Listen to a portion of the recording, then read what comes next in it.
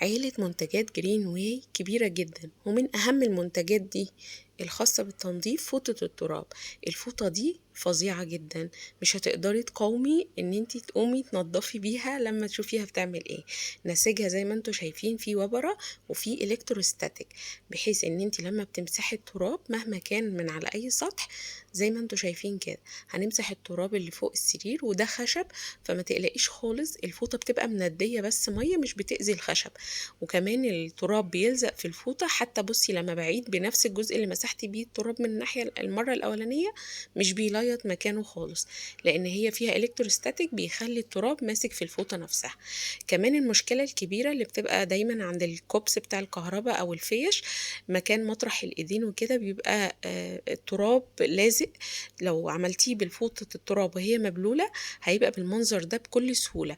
مجرد ما تندي الفوطة مية وتمسحي التراب هتبصي تلاقيها نطفت بسرعة. حتى الحيطة نفسها اللي حوالين الكوبس بتاع الكهرباء دوت هتلاقيه بينضف جدا. أي سطح عليه تراب فوطة التراب هتخليه بيبرق.